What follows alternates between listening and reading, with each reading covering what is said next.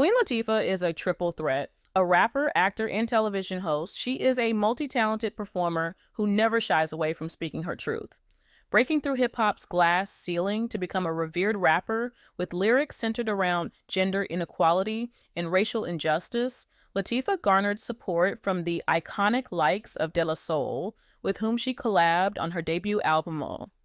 Subsequently, she has earned a hefty net worth from her many pursuits, an estimated $70 million.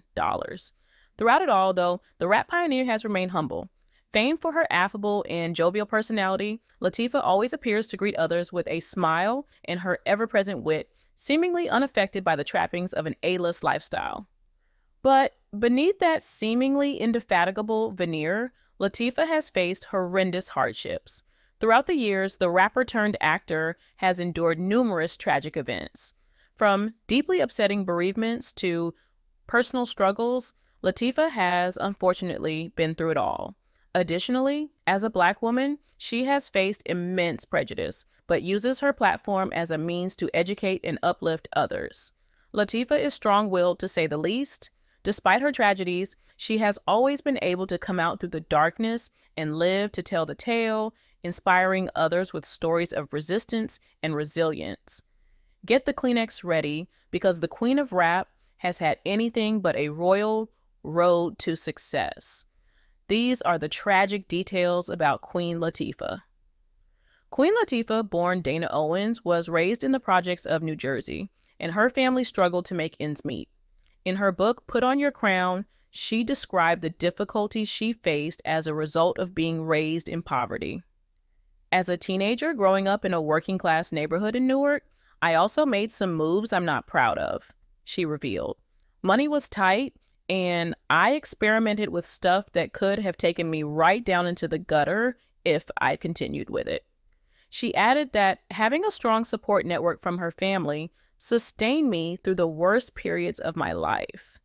As she explained to the New York Times, being raised in the projects wasn't all bad, but growing up in such an environment could potentially have drawn her down the wrong path. Subsequently, witnessing the pitfalls of poverty firsthand instilled Latifah with a strong sense of justice for the poor. It became my goal to buy my parents' houses, Latifah told Good Housekeeping, and I did. But it wasn't solely her family she wanted to help once she made it big. Her environment propelled her toward a desire to do good and help those in need. I want to build a housing development, a big one, a real deaf one, and pay for people myself. Not for my friends. They can do it on their own. I'm talking about lower income families, she told Interview magazine. As with many African Americans, Queen Latifah's father, Lancelot Owens, was conscripted to the Vietnam War. According to NPR, 40% of those sent to fight in Vietnam were African American, and racial discrimination was rife.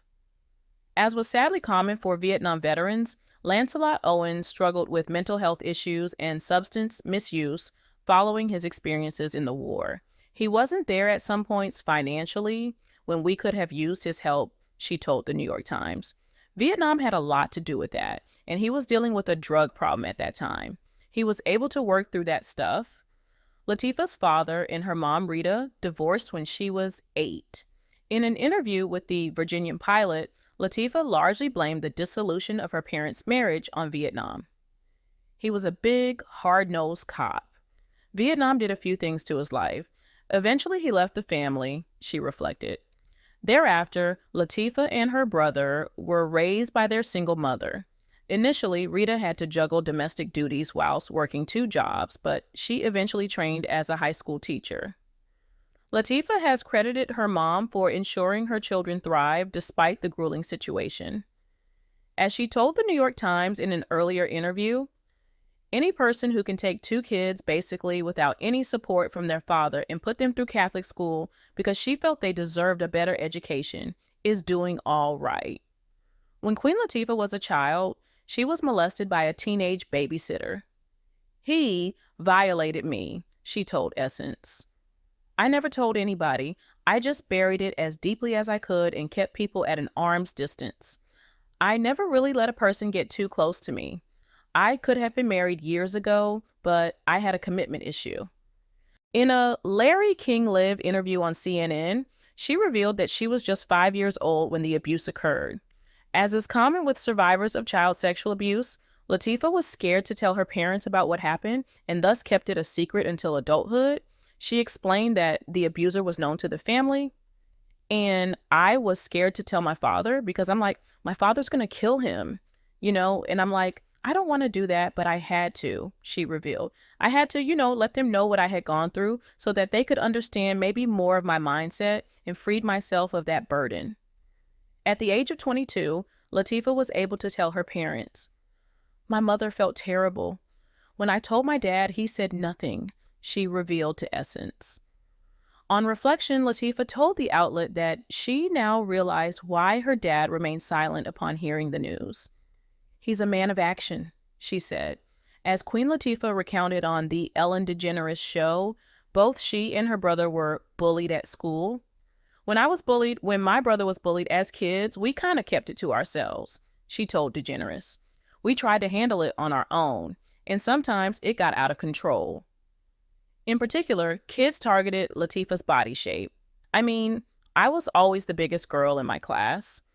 One thing I was self-conscious about was my breasts. I thought they were so big, she told Us Weekly via Mary Ellen Mark. Then, when I was 18 or 19, I dated somebody who just loved my body down, someone who just praised and adored my body constantly. That really turned me around. Body negativity unfortunately followed Latifah into adulthood. She told Entertainment Tonight she had been judged for her body, causing her to frequently think about her weight. When Latifah embarked on an acting career, she was told to lose weight for roles due to Hollywood's arguably unrealistic body standards. I can remember specifically doing Living Single, and the word came down that we needed to lose weight. If anything, it angered me and disheartened me, but it really angered me, she revealed. I said, "We are what women look like. We're not going to lose weight for whoever's idea of what we're supposed to look like." Queen Latifah's darkest moment came when her beloved brother, police officer Lancelot Owens Jr., died in an off-duty motorcycle accident in 1992. He was just 23. My life was rocked to the core, and I felt guilty because I was angry at God. She told Good Housekeeping of the devastating loss. To make a tragic experience even more painful, Latifah had bought the very bike on which her brother died. Opening up about the tragedy to the New York Times, Latifah acknowledged the lingering nature of grief. "I don't know if I ever recovered completely. You can't replace a person, especially someone with a big presence like my brother. We were best friends," she stated. Since her brother didn't live to see her success, Latifah revealed that the loss had left her with a sense of bitterness. "I felt like all these great things were happening, but I lost the most important thing to me," she said. "If that's the price I had to pay, I didn't want it."